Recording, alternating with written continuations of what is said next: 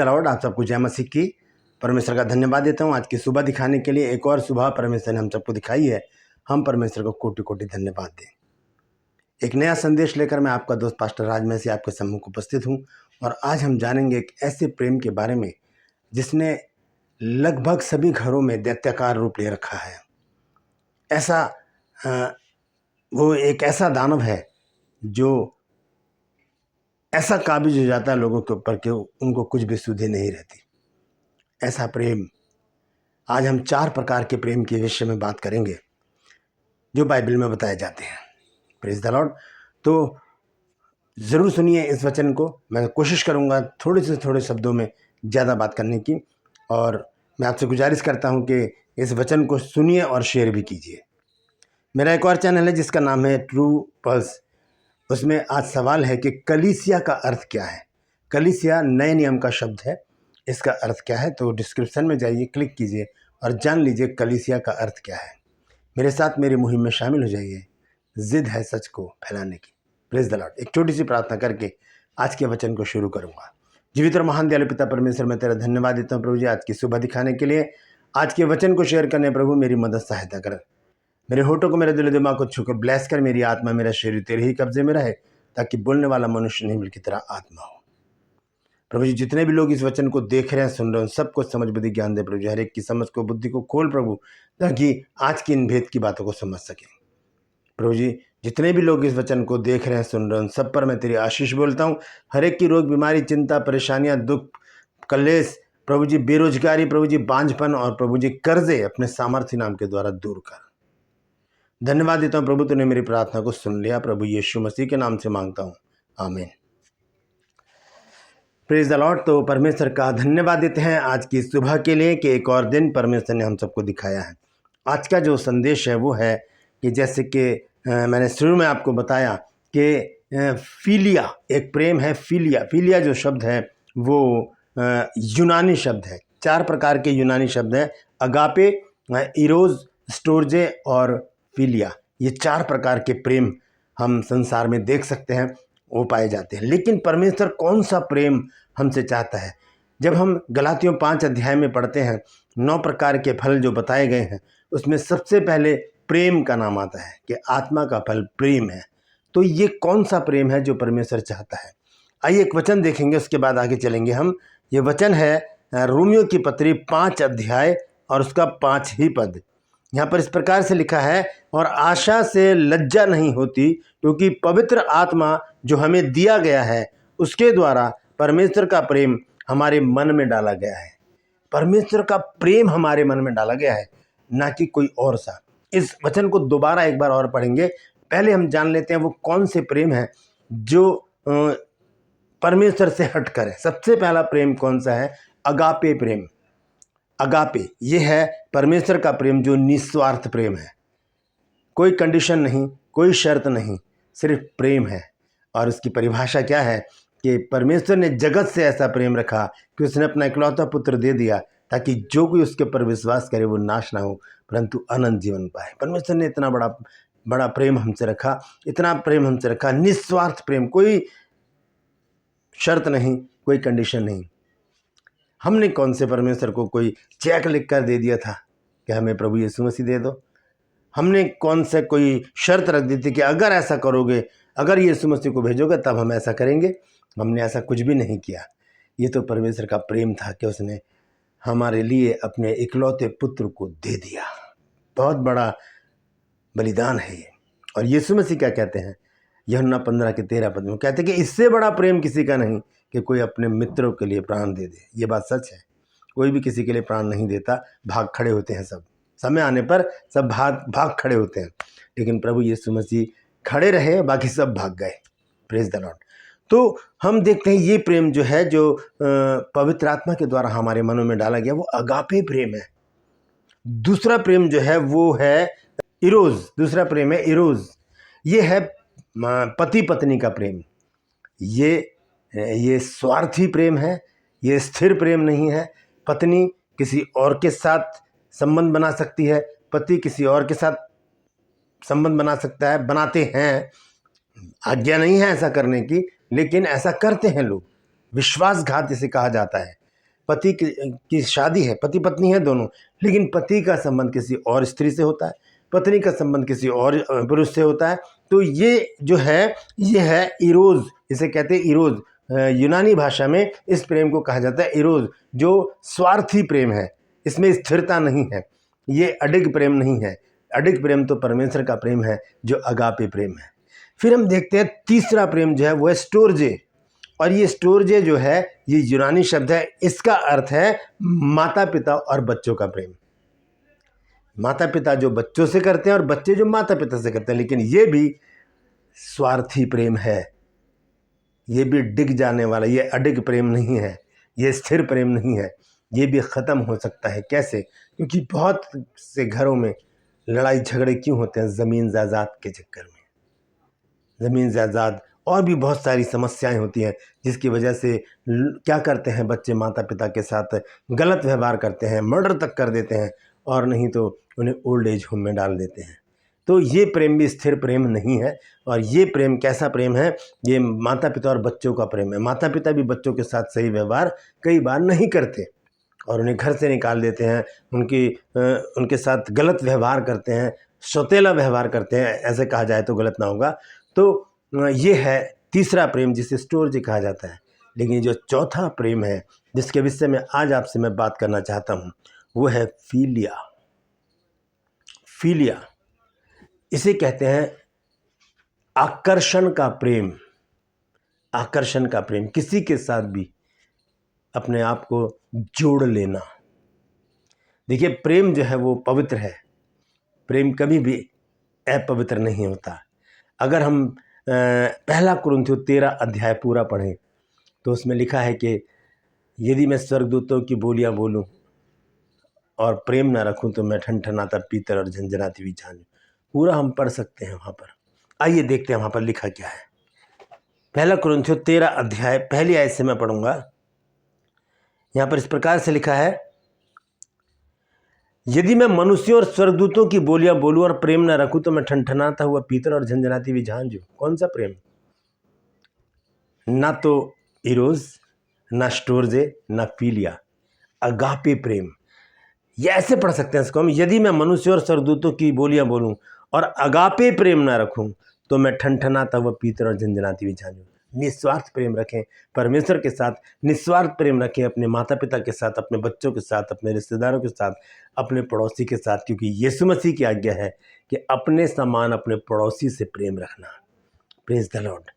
प्रेम जो है वो बाइबल का निचोड़ है, बाइबल का निचोड़ ही प्रेम है। ये बाइबल जो है एक लव लेटर है परमेश्वर की ओर से मनुष्यों के लिए। हम प्रेम की व्यवस्था कब देखते हैं परमेश्वर की? जब आदम और हव्वा ने अदन की वाटिका में पाप किया, गुनाह किया, अनाज्ञाकारिता की। परमेश्वर को बहुत गुस्सा आया और परमेश्वर ने श्राप दे डाले। लेकिन थोड़ी देर बाद ही परमेश्वर उनको अपने हाथों से अंगरखे बनाकर पहनाता है। यही तो प्रेम है परमेश्वर का, जो उसे विवश कर देता है अपने बच्चों के लिए कि वो अपने हाथों से अपने बच्चों को अंगरखे पहनाए और अपने बेटे को भी अपने बच्चों के लिए दे दे। हम क्या करते हैं? हम ऐसा प्रेम करते हैं क्या? हमारा प्रेम कैसा है? प्रेम की परिभाषा तो श्रेष्ठ गीत की पुस्तक में लिखी है 8 अध्याय और उसके 6 पद में। वापस बाद में आएंगे कुरिन्थियों में, हम श्रेष्ठ गीत में देखेंगे 8 अध्याय और उसका 6 पद। यहाँ पर इस प्रकार से लिखा है कि मुझे नगीने की नाई अपने हृदय पर लगा कर रख और ताबीज की नाई अपने बाह पर रख, क्योंकि प्रेम मृत्यु के तुल्य सामर्थी है और ईर्ष्या कब्र के समान निर्दयी है। उसकी ज्वाला अग्नि की दमक है, वरन परमेश्वर की ही ज्वाला है। पानी की बाढ़ से भी प्रेम नहीं बुझ सकता और न महानदों के में डूब सकता है। यदि कोई अपने घर की सारी संपत्ति प्रेम की संति दे दे, यानी कि प्रेम के बदले में दे दे, तो भी वह अत्यंत तुच्छ ठहरेगी। सारी संपत्ति, कौन सा प्रेम है ये है अगापे प्रेम, जो निस्वार्थ प्रेम होना चाहिए। हम यीशु मसीह के समान प्रेम करें। यीशु मसीह ने कहा इससे बड़ा प्रेम किसी का नहीं कि कोई अपने मित्रों के लिए अपने प्राण को दे दे। यह है अगापे प्रेम। हम कौन से प्रेम में आज फंसे हुए हैं? एक ऐसा प्रेम जो आकर्षण का मुद्दा है, जो आकर्षण से पैदा होता है, किसी को देख लेना, उस पर मोहित हो जाना और उसके साथ संबंध बनाकर उसके साथ रहने का प्रयास करना। देखिए, जब हम किसी से प्रेम करते हैं तो हम उसके लिए कुछ भी करने के लिए तैयार हो जाते हैं, जैसे कि प्रभु यीशु मसीह ने हमसे प्रेम रखा और अपने आप को हमारे लिए दे दिया। ये फिलिया जो है ये आज लगभग हर घर में पाया जाता है। जवान लड़के लड़कियां इससे ग्रसित हैं, इससे इसकी जो ज्वाला है उससे बचे हुए नहीं हैं।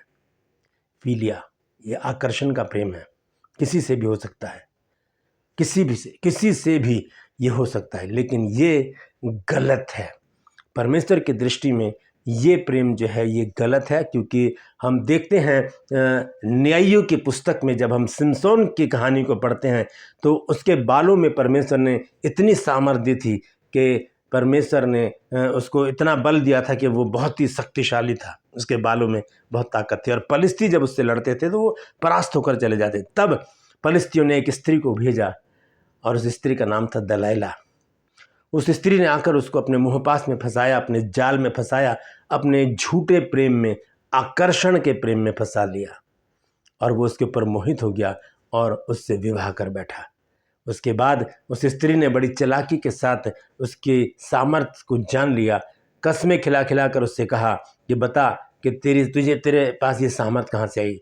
वो टालता रहा पहले तो, लेकिन आखिर में उसने बता ही दिया कि मेरे बालों में मेरी सामर्थ्य, अगर कोई इन्हें काट दे तो मेरी सारी सामर्थ्य खत्म हो जाएगी। उस चालाक स्त्री ने क्या किया, उसके बालों को कटवा दिया।